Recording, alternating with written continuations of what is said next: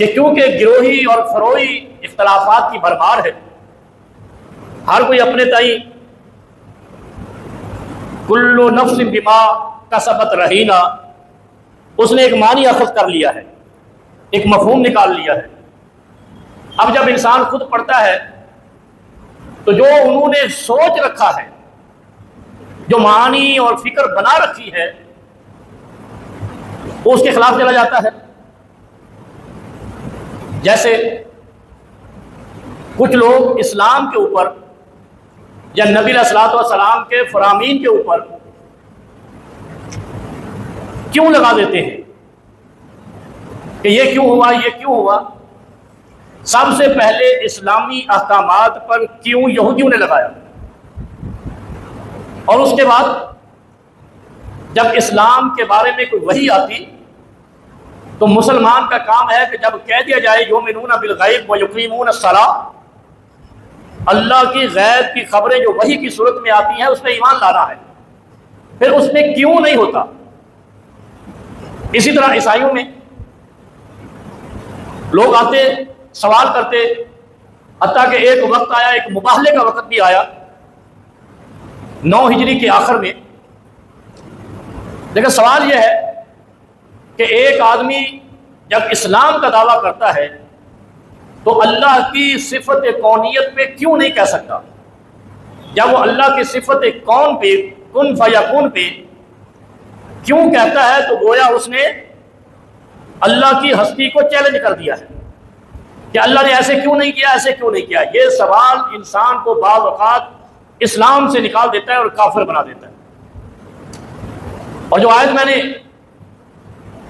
سورہ حجرات کی آپ کے سامنے پڑھی ہے، یہ پچھلے جمعہ بھی آپ کے سامنے، پچھلے جمعہ کے خطبہ میں بھی پڑھی، یا ایھا الذین آمنوا لا ترفعوا اصواتکم فوق صوت النبی ولا تجہروا لہ بالقول کجہر بعضکم لبعض۔ یہ بڑی اہم آیت ہے، اس کا ایک شان نزول ہے اور ایک معنی ہے، مفہوم ہے، اور وہ یہ ہے کہ حضرت ثابت ابن قیس رضی اللہ عنہ، ان کی آواز بڑی بھاری تھی، اور دوسرا بنو تمیم، یہ عرب کا ادب اور شاعری کا عظیم قبیلہ ہے، یعنی یہ عربی ادیب تھے اور شعر و شاعری بہت کرتے تھے، شاعر تھے یہ قبیلہ۔ جیسے یہاں بھی آپ دیکھ لیں بر صغیر میں لکھنوی اور لکھنؤ والے یہ بڑا شاعری کرتے ہیں۔ عرب میں بنو تمیم قبیلہ بڑی شاعری کرتا تھا۔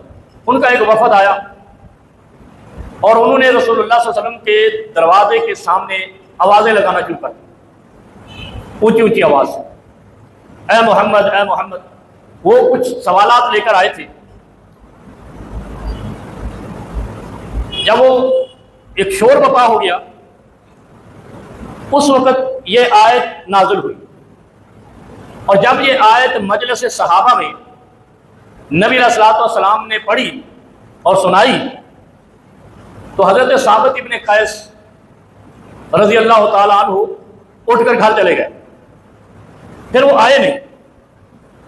نبی علیہ الصلوۃ والسلام نے جب دیکھا کافی دنوں تک کہ وہ میرا صحابی ثابت ابن قیس نہیں آ رہا ہے، صحابہ سے پوچھا کہ وہ میرا ایک ساتھی ثابت ابن قیس وہ نظر نہیں آ رہا ہے۔ لوگوں نے کہا یا رسول اللہ صلی اللہ علیہ وسلم، آپ نے اس دن آیت پڑھی یا ایھا الذین آمنوا لا ترفعوا اصواتکم فوق صوت النبی، کہ نبی کی آواز سے بلند آواز نہ کیجیے، اپنی آوازوں کو نبی علیہ الصلوۃ والسلام کی آوازوں سے نیچا رکھیے، اس طرح بلند نہ کیجیے جیسے آپس میں تم آوازیں بلند کرتے ہو۔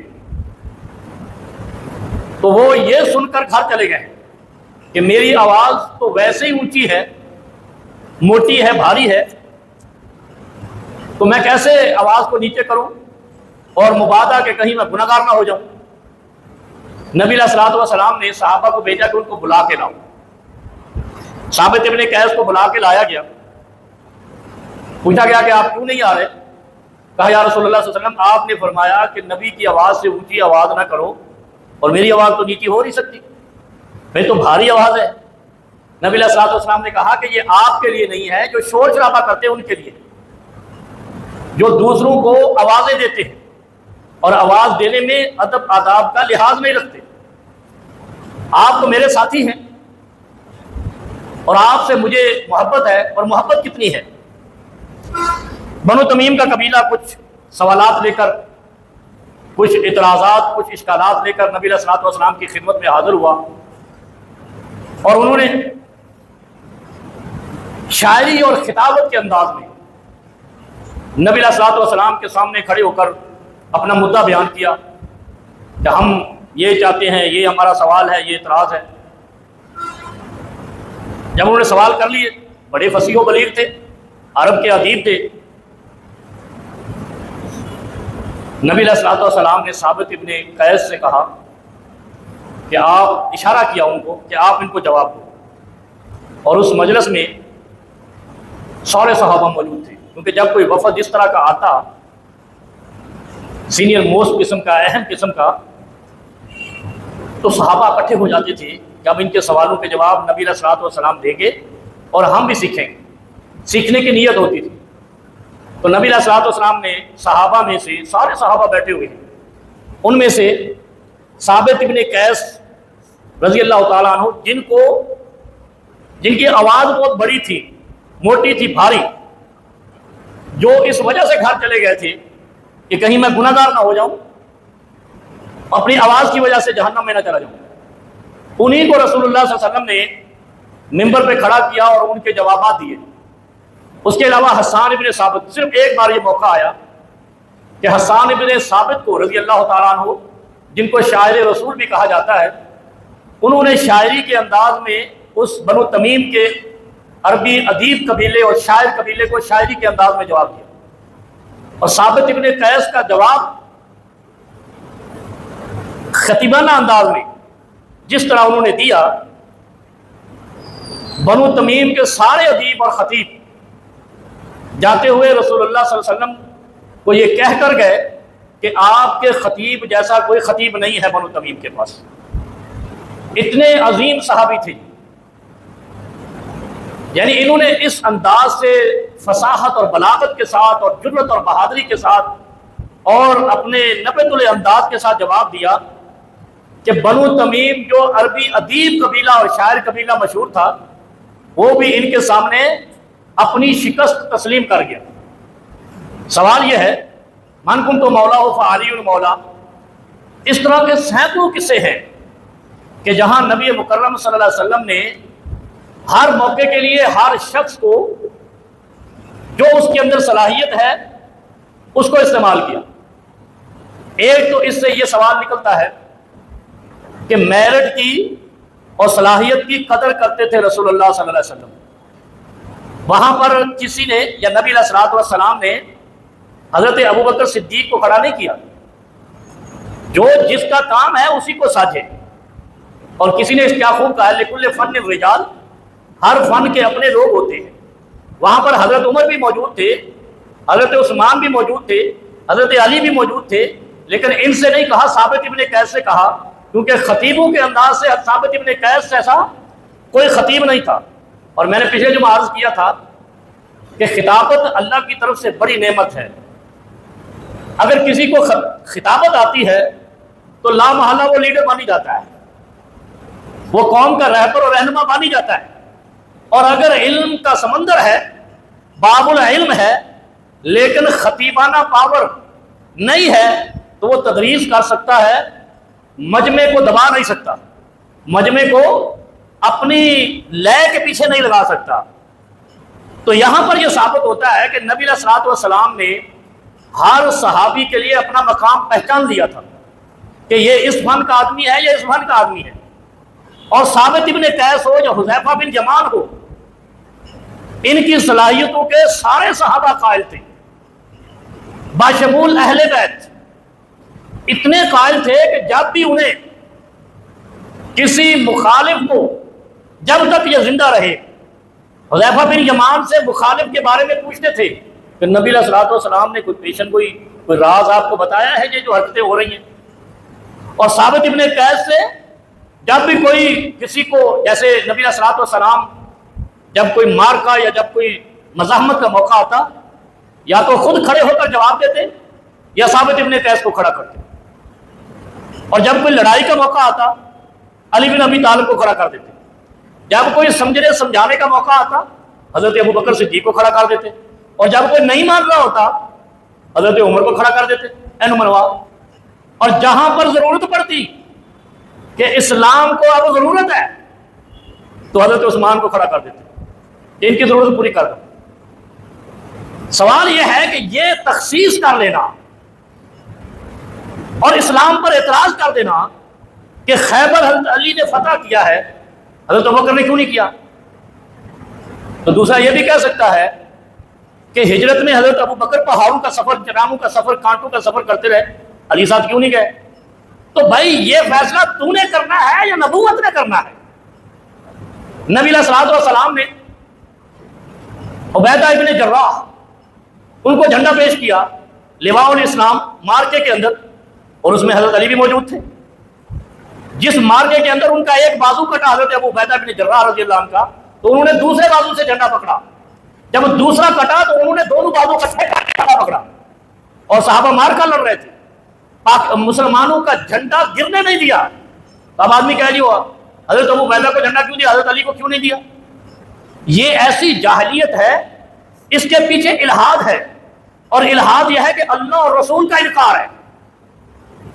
اللہ اور رسول کا انکار، جو فیصلے اللہ نے اور اللہ کے رسول نے فرمائے ان کے اوپر کیوں لگا کر کہ یہ کیوں ہوا یہ کیوں نہیں ہوا، یہ اللہ کے فیصلوں پہ اعتراض، کیونکہ نبی علیہ الصلوۃ والسلام کا کوئی فیصلہ اللہ کے حکم کے بغیر نہیں ہوتا تھا۔ وما ينطق عن الهوى ان هو الا وحی یوحى، نبی علیہ السلام جو بھی کہتے جو بھی کرتے وہ اللہ کے حکم سے کرتے۔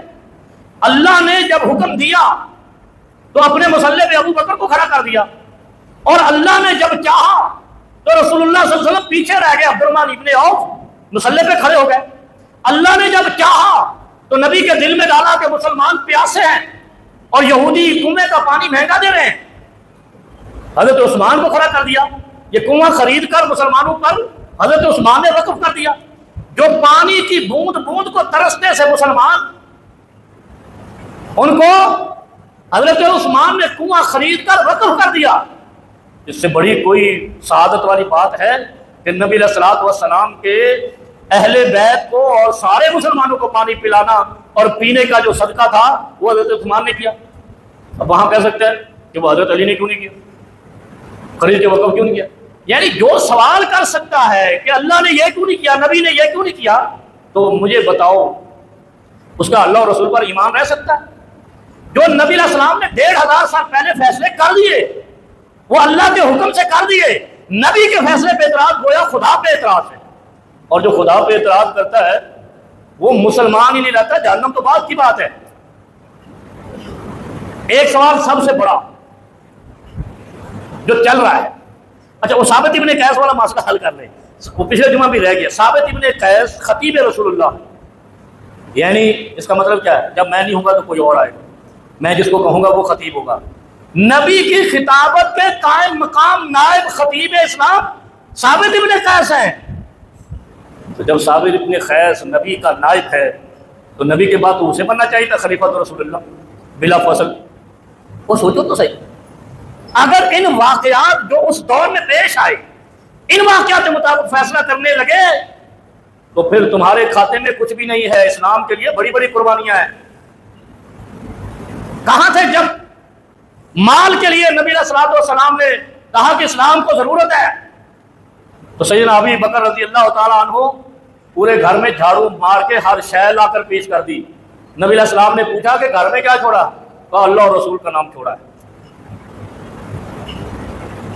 تو جنہوں نے تن من دھن سارا قربان کر دیا اسلام پر، جو ان پہ اعتراض کرتا ہے اس کا اپنا حال یہ ہے کہ وہ ابو لولو المجوسی الدیلمی جو کافر ہے اس کو ولی اللہ مانتا ہے، جو مجوسیوں کو رہبر اور رہنما اور لیڈر مانے، اس کا اسلام سے کیا تعلق ہو سکتا ہے کہ وہ ابو بکر پہ بات کرے، عمر پہ بات کرے؟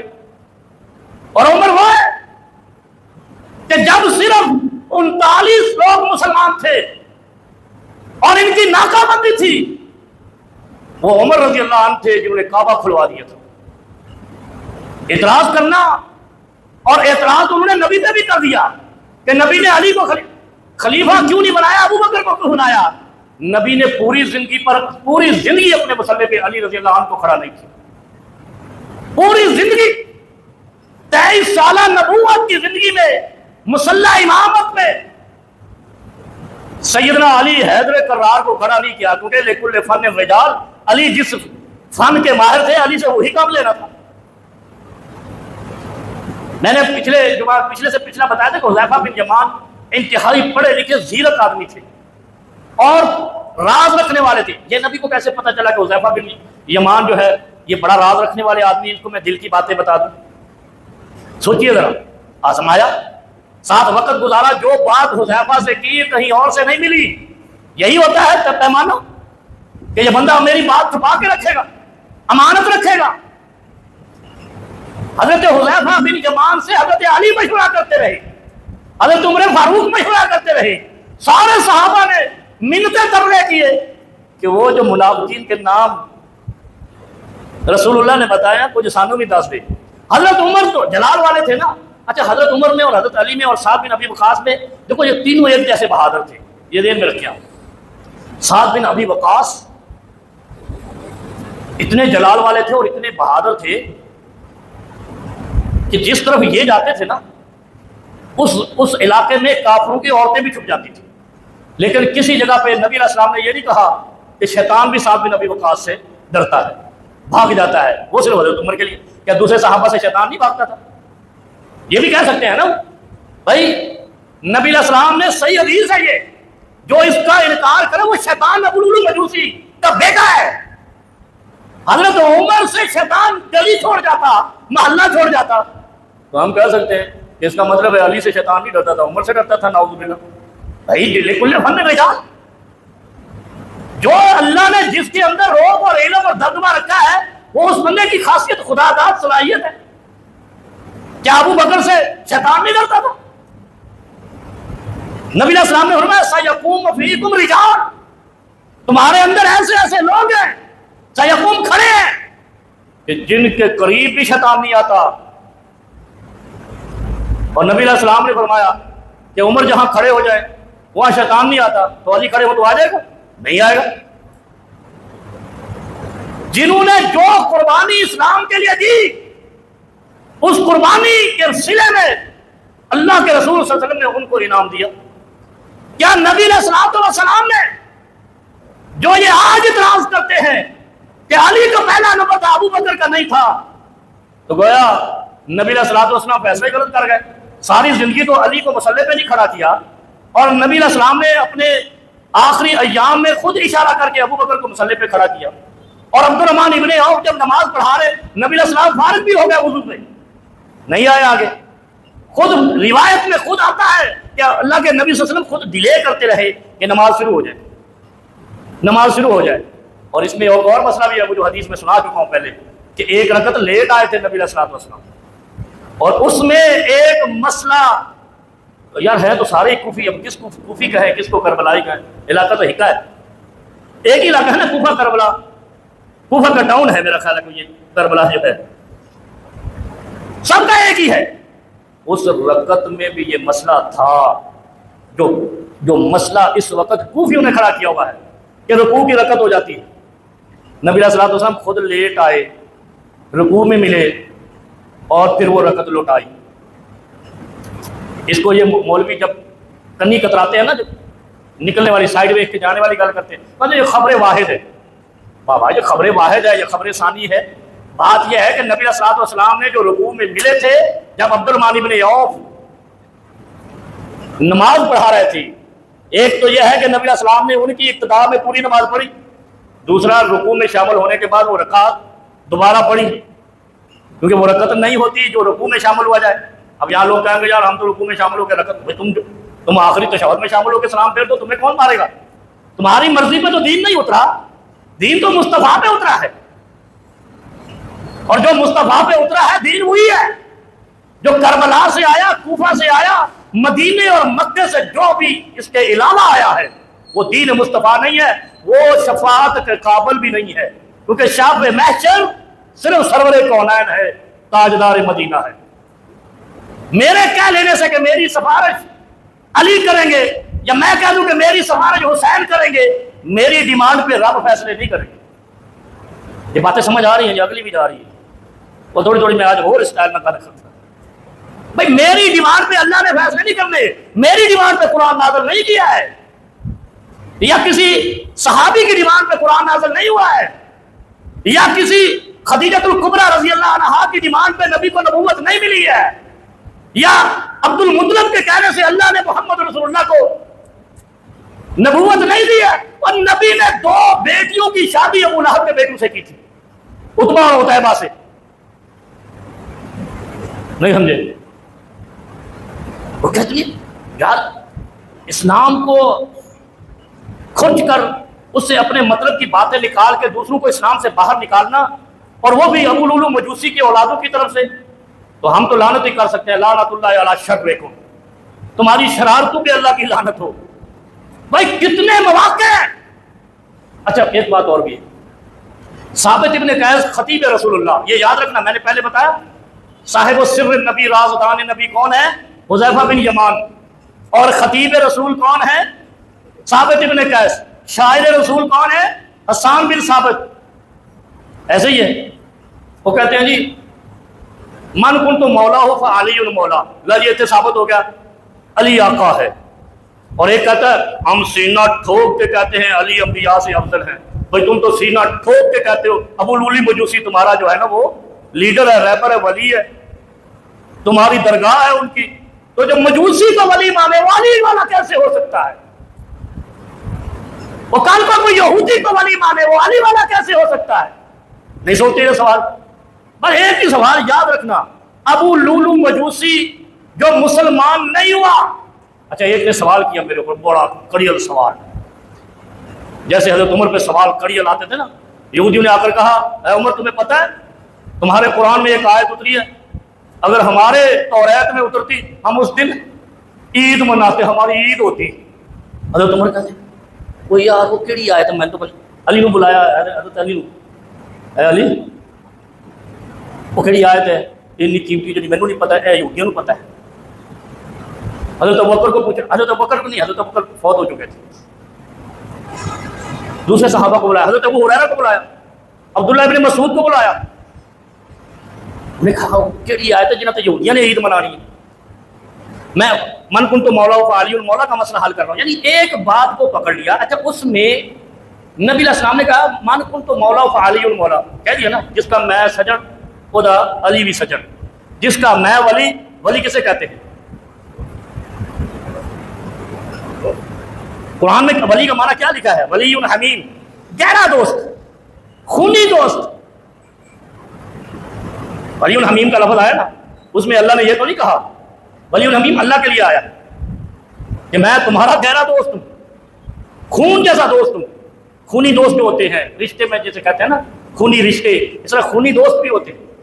اللہ نے کہا تو اللہ نعوذ باللہ یہ کہہ رہا تھا کہ علی میرا آقا ہے، کہتا نا وہ علی المولا لا علی آقا۔ بھائی آقا کے ہوتے ہوئے آقا کیسے کہہ سکتے کہ تمہارا آقا یہ ہے؟ آقا جب زمین پر تھے کسی کو یہ نہیں کہا کہ میرے بعد اس کو امام بنانا، اس کو خلیفہ بنانا۔ صرف ایک شخص کو کہا کہ جب کچھ عورتیں آئی رسول اللہ صلی اللہ علیہ وسلم کے پاس، یہ قرآن میں واقعہ موجود ہے، متاع لکم، کچھ ان کو دیا، غریب عورتیں تھی، خواتین آئی، نبی علیہ الصلوۃ والسلام نے ان کی مدد کر دی، وہ جانے لگی، خوش تو ہوتے ہیں نا، بے دیر والے پیسے دینے تو لوگ کتنے خوش ہیں۔ مردے نے ایک دنیا دھکے ڈالا کہ مردے نے پتہ نہیں کہ نبی علیہ الصلوۃ والسلام سرور کونین کے پاس خواتین آئی، نبی علیہ الصلوۃ والسلام نے کچھ مدد کر دی، جاتے ہوئے پوچھتی ہے یا رسول اللہ صلی اللہ علیہ وسلم آخری عمر کا واقعہ تھا، اب ہم جب آئیں اور آپ نہ ہو تو پھر ہم کس سے ملیں؟ کہا ابو بکر سے۔ تو اس کا مطلب ہے اپنے بعد نگران مقرر، سپروائزر مقرر کر دیا، سی ای او امت مسلمہ کا مقرر کر دیا۔ یہ صحیح بخاری کی حدیث اچھا اس کو ان کا ایک امام الکلینی ہے، غالباً اس نے سورہ کافی لکھی ہے، اس نے بھی اپنی کتاب میں لکھا ہے کہ نبی علیہ الصلوۃ والسلام سے جب عورتوں نے خواتین نے پوچھا کہ اگر آپ نہ ملے تو کس سے ملیں، کہا ابو بکر سے مل لینا. تو وہاں علی کو نہیں کہا کہ جب کیوں کہتے ہو تو پترو پھر ساڈے کول بھی کیوں لگی ہے؟ کیوں رب کی کن فیکون پہ اعتراض ہے، نعوذ باللہ. کیا کہا کہ جب آپ نہ ملے تو کیا کن کے ملے؟ تو حضرت رسول اللہ صلی اللہ علیہ وسلم نے کہا کہ ابو بکر سے مل لینا میری غیر موجودگی میں. من کنت مولا ہو فعلی مولا. اچھا رازدان نبی کون ہے؟ حذیفہ بن یمان. کسی صحابی کسی اہل بیت کو کوئی شکوہ کبھی نہیں ہوا، بلکہ سارے اہل بیت بھی جب کوئی مسئلہ، اچھا یہ حذیفہ بن یمان رازدان تو تھے ہی، یہ پڑھے لکھے بھی تھے، عربوں میں پڑھے لکھے آدمی تھے، سب سے زیادہ پڑھے لکھے. وہ پڑھا لکھا ہی کسی کی عزت رکھتا ہے، جاہلوں کو کیا پڑھی ہے کسی کی عزت رکھنے کی. آج کے دور میں دیکھ لو تعلیم یافتہ تہذیب سے بات کرتے ہیں، اونڈے گونڈے جو ہے کیسے بات کرتے ہیں؟ جیسے تمہارے سیاستدان بات کرتے ہیں، کیونکہ اونڈے گونڈے ہی ہے نا. یہ حذیفہ بن یمان پہ نہ اہل بیت کو اعتراض تھا کہ وہ رازدان نبی ہے، نہ کسی نے یہ کہا کہ یہ جو بات حذیفہ بن یمان کر رہا ہے یہ نبی نے نہیں کہی، نبی ایسے کہہ نہیں سکتے. یہ کہتے ہیں نا نبی ایسے کر نہیں سکتے، نعوذ باللہ. یعنی ان سے پوچھ کر کرنا تھا. ثابت ابن قیس کو کھڑا کیا، علی بیٹھے ہوئے، ابو بکر بیٹھے ہوئے، سارے صحابہ بیٹھے ہوئے، جلیل القدر صحابہ بیٹھے ہوئے، کاتب وحی بھی لوگ بیٹھے ہوئے ہیں، زید ابن ثابت بھی بیٹھے ہوئے، عمرو ابن عاص بھی بیٹھے ہوئے جو قرآن لکھتے ہیں، جو وحی آتی ہے لکھتے ہیں. لیکن کہا ثابت ابن قیس سے کہ ان کو کھڑے ہو کے جواب دو بنی تمیم والوں. جب انہوں نے خطابت کی اور زوردار گرجدار آواز میں جواب دیا تو بنی تمیم لاجواب ہو گئے. یہ خطیب پہ ہوتا ہے کسی کو لاجواب کرتے، خطیب پہ نہیں ہوتا اور مدرس پہ بھی نہیں ہوتا. لاجواب صرف خطیب ہی کر سکتا ہے، یعنی بات سے نکلا نکال کے. ہم کہہ سکتے ہیں کہ علی کو ثابت ابن قیس سے اعتراض نہیں ہوا، تو جب خطابت کے ممبر پہ ثابت ابن قیس کو محمد رسول اللہ صلی اللہ علیہ وسلم نے اپنی زندگی میں کھڑا کر دیا تو خلافت تو ثابت ہو گئی. حسان بن ثابت کو کھڑا کر دیا، خلافت تو ثابت ہو گئی. اگر ایک ایک نقطے پہ خلافت ثابت کرنی ہے، کسی کو اعتراض نہیں تھا ان پہ. علی مولا، علی مولا پہ لوگوں میں چیلے گوئیاں شروع ہو گئی تھی. رسول اللہ صلی اللہ علیہ وسلم کو لوگوں کو مطمئن کرنا پڑا زندگی میں ہی. باتیں بہت گہری ہیں، چوٹ لگتی ہے ایمان پہ، لیکن مجبور ہے، کریں کیا. ابو لولو مجوسی کو ولی مانتے ہیں، نبی کی 4 بیٹیاں نہیں مانتے، 3 بیٹے نہیں مانتے. ان کا ملا باقر مجلسی خود لکھتا ہے تنقیح الاحسان میں کہ رسول اللہ صلی اللہ علیہ وسلم کے 3 بیٹے بھی تھے، اسی وجہ سے رسول اللہ کو ابو القاسم کہتے تھے. صرف ایک کو مانتے ہیں، قاسم کو. پتہ ہے آپ کو ابو القاسم کہتے ہیں بڑے زور سے، لیکن یہ جو ابو القاسم کہتے ہیں نا، یہ اس طرح کہتے ہیں جیسے عباس علمدار کو کہتے تھے. وہ عباس علمدار اور ہیں، حضرت عباس اور ہیں.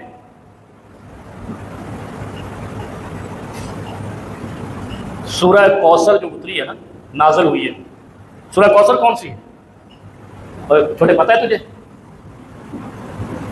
سورہ کوثر میں جمعہ پڑھا رہا ہوں، میں سیکھنے سکھانے کے لیے پڑھاتا ہوں، وجہ سے تقریر کی اور ہاتھ ہلائے چلا جانے کے لیے نہیں. سورہ کوثر پتہ ہے کسی کو؟ پیچھے سے کسی کو نہیں پتہ؟ میں تھلے لے جانا چاہوں گا، پہلے سورہ کوثر سیکھ لیں. بس آپ کو نہیں کہا، پتہ ہے آپ کو؟ زندہ باد. چلو کسی کو پتہ ہے، اس لائن کے علاوہ کسی اور کو بھی پتہ ہے. یار بولنے میں شرم نہیں کرو. یہ اس وقت نازل ہوئی تھی جب رسول اللہ صلی اللہ علیہ وسلم کے دوسرے بیٹے عبداللہ کا انتقال ہوا تھا، اور یہ مانتے نہیں تھے. جب انہوں نے حضرت عبداللہ، ان کو طیب اور طاہر بھی کہتے ہیں، ان کا تخلص لقب طیب اور طاہر بھی تھا. یہ 4 سال یا 3 سال کی عمر میں وفات پائی انہوں نے. جب یہ فوت ہوئے تو قریش مکہ نے شادیانے بجائے، تانے دیے رسول اللہ صلی اللہ علیہ وسلم کو کہ یہ اللہ کا نبی ہے اور یہ لاوارث مر رہا ہے، اس کی اولاد ہی نہیں بچ رہی، معاذ اللہ، یہ لاوارث ہے. پھر اللہ نے سورہ کوثر اتاری تھی، انا اعطیناک الکوثر، جام کوثر تو تیرے حوالے، فصلی لربک وانحر، نماز پڑھ اور قربانی کر، ان شانئک ھو الابتر. یہ جو تجھے تانے دے رہے ہیں نا، یہ بھی ایسے ہی مارے جائیں گے، وہ سارے ایسے ہی مارے گے، لا ولد مرے اور عبرت کی موت مرے، مسلمانوں کے ہاتھوں مارے گئے، اور یہ مندے کوئی نہیں۔ مسلمان ہے، فیصلہ مسلمانوں نے کرنا ہے، میڈیا نے نہیں کرنا۔ وہ سمجھ آ رہی بات کی؟ رسول اللہ صلی اللہ علیہ وسلم کے دوسرے بیٹے حضرت عبداللہ کی وفات پر سورہ کوثر نازل ہوئی تھی، اور حضرت قاسم بن محمد صلی اللہ علیہ وسلم وہ 1 سال کی عمر میں وفات پا گئے تھے، اور ایک تیسرے بیٹے تھے، اور یہ وہ بیٹے تھے جس پہ میت پہ رونا ثابت ہوا، حضرت ابراہیم۔ یہ قاسم اور عبداللہ حضرت خدیجہ الکبریٰ سے تھے، اور حضرت ابراہیم ماریہ قبطیہ سے تھے، اور حضرت ابراہیم علیہ السلام کی وفات پر نبی علیہ الصلوۃ والسلام روئے تھے جب ایسے اٹھا کے میت کو لے کے جا رہے تھے، لیکن اس سے پہلے سورہ کوثر نازل ہو چکی تھی، اس لیے میت پہ رونے میں حرج نہیں ہے، لیکن گن گانے سے نہیں، نوحہ پڑھنے سے نہیں، رخسار پیٹنا نہیں، صرف آنسو بہانا غم کے، غم اسے کہتے ہیں، بڑا تماشا لگانا یہ غم نہیں ہوتا، یہ شغل ہوتا ہے۔ 3 بیٹے ہو گئے، حضرت ابراہیم، حضرت عبداللہ اور حضرت قاسم۔ اب 4 بیٹیاں بھی آج ثابت کر دیتے ہیں، لیکن اس سے پہلے تھوڑا سا ایک اور بات عرض کر دیں، کوئی ٹائم تو پھر چلا گیا۔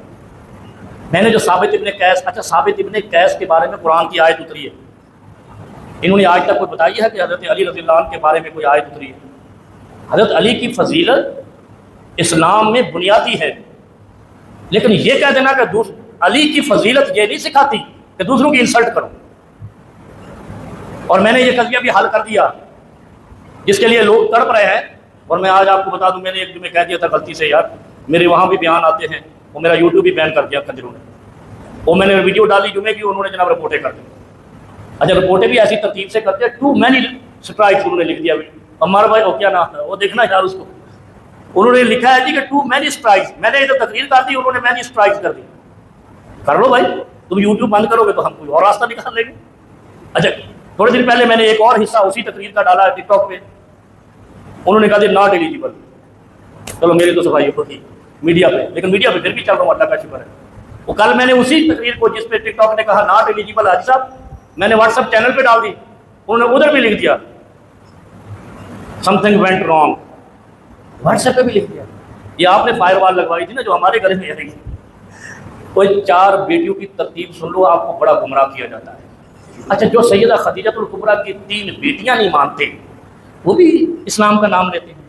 حضرت خدیجہ الکبریٰ وہاں روتی نہیں ہوں گی کہ کیسے ظالم ہے، کوئی کافر بھی، یہودی عیسائی بھی رسول اللہ صلی اللہ علیہ وسلم کی بیٹیوں کا، بیٹیوں سے تو ویسے ہی محبت ہوتی ہے۔ اچھا سوال کیا کرتے ہیں پتہ آپ کو، میں نے ان کا ایک بڑا، میں کیا کہوں، ہے گالی دینا تو اچھا نہیں لگتا، وہ بے شرم سا بیٹھا کہہ رہا ہے کہ اگر 4 بیٹیاں تھیں تو جو مباہلہ کا واقعہ ہوا ہے، جو عیسائی نجران کے عیسائی آئے تھے اور انہوں نے رسول اللہ صلی اللہ علیہ وسلم سے مباہلہ نبی علیہ السلام نے کہا تھا، پھر اللہ نے قرآن میں آیت اتاری تھی کہ آپ اپنی بچوں کو لے آؤ، بیٹیوں کو لے آؤ، بیویوں کو لے آؤ، ہم بھی لے آتے ہیں۔ نبی علیہ الصلوۃ والسلام پر وحی اتری تو نبی علیہ الصلوۃ والسلام نے ان کو چیلنج کیا تھا، یا ایھا النبی قل لازواجک و بناتک، بات سمجھ آ رہی ہے؟ اچھا میں نے ایک دفعہ یہ آپ کو عربی لغت بھی سمجھائی تھی کہ عربی میں واحد اور جمع نہیں ہوتا، واحد تثنیہ پھر جمع ہوتا ہے، یعنی جمع 3 سے زیادہ کو کہتے ہیں، اور واحد کے بعد ایک کے بعد کو جمع نہیں کہتے۔ ہمارے ہاں تو واحد اور جمع ہے نا، سنگولر پلورل، نہیں ایسا نہیں، عربی میں 3 کے بعد جمع ہوتی ہے۔ تو جب قرآن نے بنات کہا تو اس کا مطلب کیا ہے، 3 سے زیادہ تھی، کیونکہ ایک کو بنت کہتے ہیں، 2 کو بنتین کہتے ہیں، اس کو تثنیہ کہتے ہیں، واحد تثنیہ اور جمع۔ اگر 2 بیٹیاں ہوتی تب بھی بنتین آتا، اس کا مطلب ہے 3 یا اس سے زیادہ تھی، تب اللہ نے قرآن میں کل ازواجک و بناتک، اپنی بیویوں سے کہیے اور اپنی بیٹیوں سے کہیے، جمع کا صیغہ استعمال کیا۔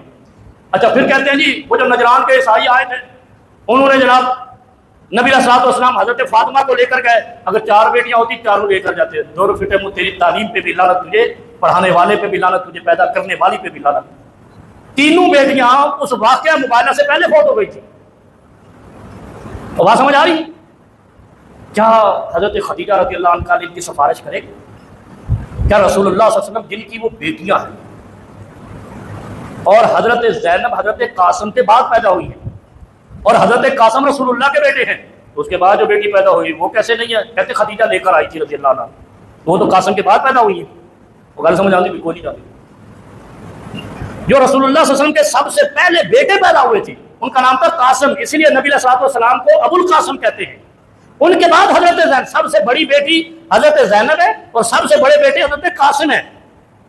اور حضرت زینب کی شادی خالہ زاد رسول اللہ صلی اللہ علیہ وسلم کے خالہ زاد ابی العاص بن ربی سے ہوئی تھی اور ان کے بیٹے بھی ہیں.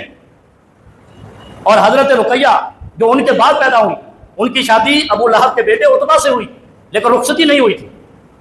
اور تیسری ام کلثوم. اچھا ان کی وفات دیکھ لیں آپ. ان کی جو حضرت زینب کی پیدائش ہے نا وہ 10 سال پہلے ہوئی ہے بعثت نبوت سے. نبی علیہ السلام کے نبی بننے سے 10 سال پہلے پیدائش ہوئی. تو اس کا مطلب ہے قاسم کی اس سے پہلے ہوئی اور نبوت ملی 40 سال میں. تو 10 سال پہلے کتنا ہوا؟ 30 سال. ویسے 29 آتا ہے. اور اس سے پہلے حضرت قاسم پیدا ہوئے جو 1 سال کے بعد فوت ہو گئے. تو اس کا مطلب ہے 26 میں یا 27 میں پیدا ہوئے. تبھی 1 سال بعد اور 1 سال بعد پھر حضرت زینب پیدا ہوئی. 26 ہجری میں، 26 میں قبل نبوت یا 27 قبل نبوت میں حضرت قاسم کی پیدائش ہوئی. اس کے بعد حضرت زینب کی پیدائش ہوئی 2 سال. اور رقیہ حضرت زینب سے 1 سال چھوٹی تھی. اب ترتیب سمجھتے جائیں. اس کے بعد ام کلثوم ہے. اچھا حضرت زینب جو ہے نا ان کی جو وفات ہے وہ 8 ہجری کی ہے، یعنی ہجرت کے بعد مدینے میں جا کر ہوئی ہے. 8 ہجری، یہ یاد رکھنا تاریخ کو. میں وفات بتا دیتا ہوں، پیدائش بعد میں مسئلہ وہاں جا کے حل کریں گے. 8 ہجری کو حضرت زینب کی وفات ہوئی اور رقیہ کی جو ہے وفات 2 ہجری میں ہوئی. 2 ہجری میں 8 یعنی حضرت زینب بڑی بیٹی بعد میں فوت ہوئی ہیں اور حضرت رقیہ پہلے فوت ہوئی 2 ہجری میں، یعنی مدینے جاتے. اچھا یہ حضرت رقیہ کی وفات یہ بھی بڑا دلچسپ دیکھیں غزوہ بدر کے دوران ہوئی ہے. بات سمجھ آ رہی ہے؟ غزوہ بدر کے دوران حضرت رقیہ کی وفات ہوئی. تبھی نبی علیہ السلام نے حضرت عثمان کو واپس کر دیا تھا. بدر میں شریک نہیں ہوئے لیکن بدر کا ان کو اجر و ثواب بھی ملا اور جو بدر والوں کو بخشش ملی وہی حضرت عثمان کو ملی کیونکہ حضرت عثمان کی وہ بیوی تھی. وہاں رخصتی نہیں ہوئی تھی. ابو لہب نے عتبہ سے کہا تھا ان کو چھوڑ دو. جب نبی علیہ السلام نے نبوت کا اعلان کیا پھر حضرت صلی اللہ علیہ وسلم نے اپنی بیٹی رقیہ کی شادی حضرت عثمان سے کی. وہ غزوہ بدر کے دوران فوت ہو گئی. ام کلثوم، ہاں یہ بڑا دلچسپ واقعہ ہے. ام کلثوم 9 ہجری کو فوت ہوئی اور جو واقعہ مباہلہ چیلنج ہے وہ بھی 9 ہجری کا ہے. لیکن فرق صرف اتنا ہے کہ ام کلثوم کی وفات 9 ہجری ماہ شعبان میں ہوئی ہے. کون سے مہینے میں؟ ماہ شعبان میں. اور جو مباہلہ ہے وہ 24 ذوالحجہ کو ہوا ہے. کتنے مہینے بعد؟ 5 مہینے بعد. شعبان، رمضان، شوال، آگے محرم، ذوالحجہ، ذوالقعدہ، ذوالحجہ. 24 ذوالحجہ سے مراد کیا ہے؟ 9 ہجری ختم ہونے والا ہے. محرم پہلا مہینہ ہے نا. تو جب 9 ہجری شعبان کے مہینے میں ام کلثوم فوت ہو گئی، 8 ہجری کو زینب فوت ہو گئی اور 2 ہجری کو رقیہ فوت ہو گئی. اچھا رسول اللہ صلی اللہ علیہ وسلم کی کسی بھی بیٹی نے لمبی عمر نہیں پائی. یہ تینوں بیٹیاں رسول اللہ صلی اللہ علیہ وسلم کی زندگی میں فوت ہو گئی. ام کلثوم واقعہ مباہلہ سے 5 ماہ قبل فوت ہوئی. پھر وہ نجران کے عیسائیوں کے ساتھ مباہلہ ہوا 24 ذوالحجہ کو، یعنی اینڈ آف دا 9 ہجری. تو پھر ان تینوں بیٹیوں کو نبی علیہ السلام کیسے لے آتے اس میں مباہلے میں؟ بیٹے اس سے پہلے فوت ہو گئے. بیٹے کسی کو 3 سال عمر ملی، کسی کو 1 سال عمر ملی. تبھی تو سورہ کوثر نازل ہوئی. اور بیٹیاں 3 بیٹیاں جو حضرت خدیجہ سے تھیں، رسول اللہ صلی اللہ علیہ وسلم کی سگی بیٹیاں تھیں، وہ واقعہ مباہلہ سے 5 ماہ پہلے آخری بیٹی ام کلثوم بھی فوت ہو گئی. تو 5 مہینے بعد جو واقعہ مباہلہ ہوا تینوں بیٹے کے فوت ہونے کے بعد، تو ان کے مولویوں سے کوئی بھی آگے بیٹھنے والا انسان پوچھتا نہیں ہے کہ جب وہ فوت ہو گئی وہ کیسے اس میں حاضر ہوتی. اور یہ بڑی دلیل مارتے جو اس میں لے کر نہیں آئے تو ثابت کر دو وہ کہاں تھی. وہ تو زندہ ہی نہیں تھی. لہذا سوال یہ ہوا کہ مباہلہ میں کیوں نہیں لے کر آتے. اور جب یہ کیوں کہتے ہیں تو میں رفیق بھائی سے بھی کہہ رہا تھا کہ مجھے کبھی کبھی ڈر لگتا ہے کہ میں بھی کہہ دوں کہ اے ابو طالب کو جنتی کہتے ہیں. رسول اللہ کہتے ہیں کہ انہوں نے کلمہ نہیں پڑھا، آخری وقت تک کلمہ نہیں پڑھا، لہذا ہمارے ذمہ تو جنت ہے نہیں. رسول اللہ صلی اللہ علیہ وسلم نے ان کے لیے دعا نہیں کی تو وہ جنت میں کیسے جائیں گے؟ تو ہم کہہ سکتے ہیں، یعنی یہ کہہ سکتے ہیں کل کو جو 3 بیٹیوں کا انکار کر رہے ہیں، کل کو یہ کہہ دیں کہ اللہ نے نبوت محمد کو کیوں دی، ابو طالب کو کیوں نہیں دی. کہہ سکتے ہیں نا، جنہوں نے کیوں کہنا ہے وہ جو مرضی کہہ دیں. وہ یہ بھی کہہ سکتے ہیں کہ اللہ آسمانوں پہ کیوں ہے، زمین پہ کیوں نہیں رہتا. وہ یہ یعنی جب آپ نے کلمہ توحید چھوڑ دینا ہے اور ملحد ہو جانا ہے، پھر ہم بھی کہہ سکتے ہیں کہ تیری ماں نے تجھے کیوں جنا، کسی انسان کے بچے کو کیوں نہیں جنا. پھر ہم یہ بھی کہہ سکتے ہیں کہ تم نے یہ ابو العلوم مجوسی کو مائی باپ کیوں بنایا ہے، علی کو کیوں نہیں بنایا، ابو بکر کو کیوں نہیں بنایا. سوچو ذرا بھائی، جب کیوں پہ جاؤ گے تو پوری کہانی پلٹی ہو جائے گی. اور قرآن کیا کہتا ہے، لقد کان لکم فی رسول اللہ اسوۃ حسنہ. صرف اتنا نہیں، من کان یؤمن باللہ والیوم الاخر، جو اللہ پر ایمان رکھتا ہے، یوم آخرت پر ایمان رکھتا ہے، اس کے لیے رسول اللہ کافی ہے. وہی مشعل راہ ہے.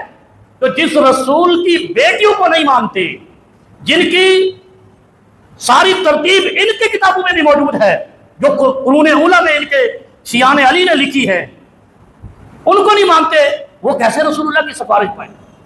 وہ کوئی تیری بیٹی کو نہ مانے، تیری بیوی کو نہ مانے، تیرے باپ کو نہ مانے، تو دنیا میں اس کو چھوڑے گا یا تو سمجھے گا کہ یہ حرامی جنت میں جائے گا؟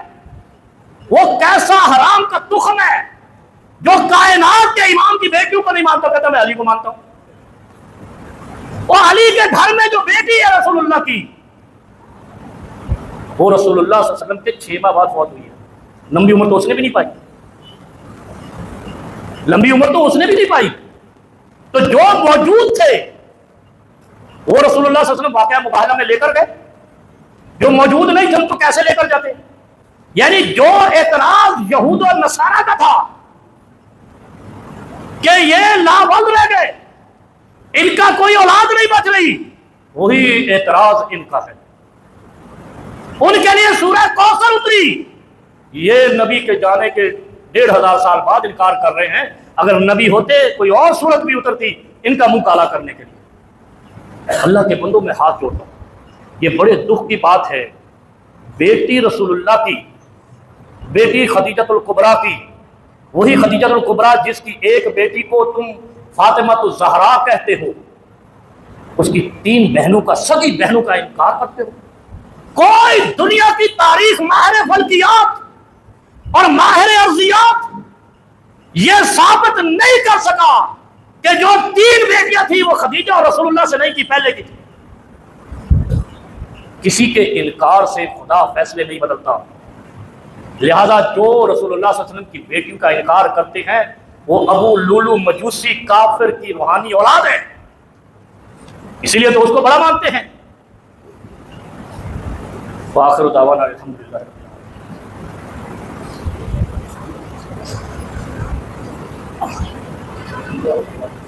ان الحمد للہ نحمده ونستعینه ونستغفره ونؤمن به ونتوکل علیہ ونعوذ باللہ من شرور انفسنا وسیئات اعمالنا من یهده اللہ فلا مضل له. اللهم صل علی محمد وعلى آل محمد كما صلیت علی ابراہیم وعلى آل ابراہیم انک حمید مجید. اللهم بارک علی محمد وعلى آل محمد كما بارکت علی ابراہیم وعلى آل ابراہیم انک حمید مجید. ایک بات تھوڑی سی ایک جملے میں، ان چاروں بیٹیوں کی تاریخ پیدائش، یہ بھی تو مسئلہ ہے نا. جو وفات پا گئی ان کی بھی. حضرت زینب کی تاریخ پیدائش 10 سال قبل بعثت، یعنی نبوت سے قبل، یہ میں نے پہلے بتا دی. حضرت رقیہ کی پیدائش 7 سال قبل نبوت، نبی بننے سے پہلے 7 سال. کتنے عمر ہوگی نبی علیہ السلام. اور حضرت ام کلثوم کی ولادت 6 سال قبل نبوت، اور حضرت فاطمہ الزہرا کی 5 سال قبل نبوت. بات سمجھ آ رہی؟ چاروں بیٹیاں قبل نبوت، بعثت سے قبل پیدا ہوئی، اور اس کے بعد اللہ کے رسول صلی اللہ علیہ وسلم نبی بنے. اور 3 بیٹیاں، کوئی 8 ہجری میں، کوئی 2 ہجری میں، کوئی 9 ہجری میں، اور ایک 11 ہجری میں. فاطمہ الزہرا 11 ہجری میں. آپ سوچتے نہیں ہو کہ یہ کتنا بڑا بلنڈر ہے رسول اللہ کے خاندان کے ساتھ. جب 2 ہجری کو فوت ہو گئی، ایک 8 ہجری کو فوت ہو گئی، ایک 9 ہجری کے شعبان میں فوت ہو گئی، تو وہ 9 ہجری کے ذوالحجہ میں کیسے آ سکتی تھی؟ اور جو تھی ان کو واقعہ مباہلہ میں لے کر گئے.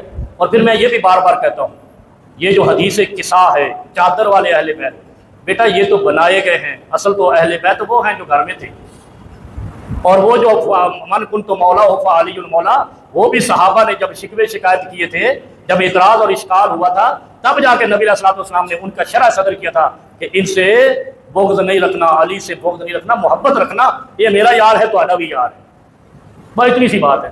ورنہ خطیب رسول اللہ تو ثابت ابن قیس ہیں، رازدان نبوت تو حذیفہ بن یمان ہے، اور ثانی رسول اللہ صلی اللہ علیہ وسلم نائب امام تو ابو بکر صدیق ہیں، اور شیطان جن سے ڈرتا ہے وہ عمر فاروق ہے، اور مسلمانوں کا جس نے پانی پلایا وہ حضرت عثمان ہے، حضرت علی نے خیبر فتح کیا ہے، اور تم لوگ اتنا، تم علی کے لگتے کیا ہو؟ تم تو ابو لولو مجوسی کی اولاد ہو۔ کوئی شیعہ جو اپنے آپ کو کہتا ہے یہ علی سے دھوکہ کرنے والا ہے، کعبے کا رب کی قسم ہے، لاؤ قرآن، میں اگر جھوٹا تو خدا میری زبان بند کرے، اور اگر یہ جھوٹے تو خدا ان کو میری زندگی میں موت دے۔ علی سے دھوکہ مدینے والوں نے نہیں کیا ہے، مکے والوں نے نہیں کیا ہے، کوفے والوں نے کیا ہے، اور یہ بھی مانتے ہیں علی کہاں شہید ہوئے؟ کوفے میں۔ تمہیں کوفے نے ساڈا لینا دینا کیے، کوفہ جانے تو جانا، اور وہاں بھی تو مدینے کے علاوہ سب کو شر پسند کہتا ہے، مکے کے علاوہ سب کو شر پسند کہتا ہے، یہ دین کو توڑنے والے ہیں، پھاڑنے والے ہیں، گروہ بنانے والے ہیں۔ ہلکی بات ہم بھی نہیں کریں گے کہ تم باز نہیں آؤ، باقی زندگی موت اللہ کے ہاتھ میں ہے۔ علی سے دھوکہ ان کا اپنا مولوی کہتا ہے، آج کے دور کا، قرآن نے تو لکھا ہی ہے شیعہ نے علی نے کیا ہے، اور میں ثابت کر چکا ہوں پچھلے جمعہ کہ انہوں نے کیا ہے۔ جو لوگ پناہ لے، کوئی آج کے دور میں سن لو نا، جتنے لینڈ گریبر ہے پیٹ پیتا جھنڈا لا لیا، پناہ لیتے ہیں، کسی نے نون لیگ کا جھنڈا لا لیا کوئی جرم کر کے، اور پھر آپ کے ادارے خود کہتے ہیں، یہ ایف آئی اے، یہ پولیس اور یہ انٹیلیجنس والے، کہ جب ہم کسی مجرم کو پکڑنے جاتے ہیں تو بٹو لگ جاتی ہے، پیپلز پارٹی کے لوگ ہیں۔ تو اس کا مطلب ہے اس زمانے میں بھی لوگوں نے جو علی کو نقصان پہنچایا، حضرت عثمان کو نقصان پہنچایا تھا، انہوں نے یا علی کہنا شروع کر دیا تھا۔ تو حضرت امیر معاویہ نے یہی تو کہا تھا کہ علی، یہ جو یا علی کہہ رہے ہیں یہ عثمان کو قتل کر کے آئے ہیں، پناہ لی تھی انہوں نے علی کے آنگن میں آ کر، اور کابینہ میں شامل ہو گئے۔ حضرت علی رضی اللہ عنہ اس دھوکے میں رہ گئے، انہوں نے تو بڑی محبت سے بلایا ہے، یہ نہیں پتا تھا یہ محبت میں دھوکہ کرنے والے لوگ ہیں۔ اب سمجھ آئی ہے؟ جنہوں نے عثمان کو قتل کیا تھا وہ بھاگ کر علی کے جھنڈے کے نیچے آ کر کہتے یا علی یا علی، اور علی رضی اللہ عنہ نے سمجھا شاید میرے وفادار ہیں۔ جب حضرت امیر معاویہ نے پیغام پہنچا یہ کمینے وہ ہیں جو ادھر قتل کر کے آئے، ان کو پکڑو۔ اب علی کہتے ہیں کہ یہ میرے نعرے لگے، پیپلز پارٹی والے اپنے بندوں کو پکڑتے ہیں، نون لیگ والے پکڑتے ہیں، ادھر ہزاروں ایکڑ پہ قبضہ لگا کے سپر ہائی وے پہ جا کر وہ لگا دیتے ہیں۔ اور آج بھی آپ کو ایک بات بتاؤں، بلا تعصب، میرے یار ہے شیعہ، میرے ان کا ایک بہت بڑا ذاکر تاریخی جو قدیمی یہاں کا امام بارگاہ ہے، میرے پاس کئی دفعہ آیا، ان کا نام بھی ہے کیا علی حیدر زیدی، میرا یار ہے، ناراض نہیں ہوں، میں اس سے بھی کہتا رہتا یار کیا فائدہ ملتا ہے، روٹی صرف یہ روٹی ہے، دنیا اور کچھ نہیں ہے۔ آج بھی آپ کو پتہ ہے جہاں علم لگ جائے وہ قبضہ کسی کا باپ نہیں چھڑا سکتا، یہ وہی لوگ ہیں جو علی کے نام پہ قبضے لگاتے تھے، اور وہاں بھی جو قبضے مافیا تھے، ہونڈا مافیا تھے، وہ علی کا جھنڈا لگا کر کھڑے ہو گئے، پاس علی والے، وہ لوگوں نے کہا یار علی والے تو پھر علی سے بغض تو رکھنا نہیں ہے، وہ بچ گئے۔ وہاں بھی لینڈ گئے پر علی کا نعرہ لگاتے تھے، یا کراچی میں آپ کے سامنے مثالیں ہیں، علم لگانے کے بعد قیامت آ جائے گی،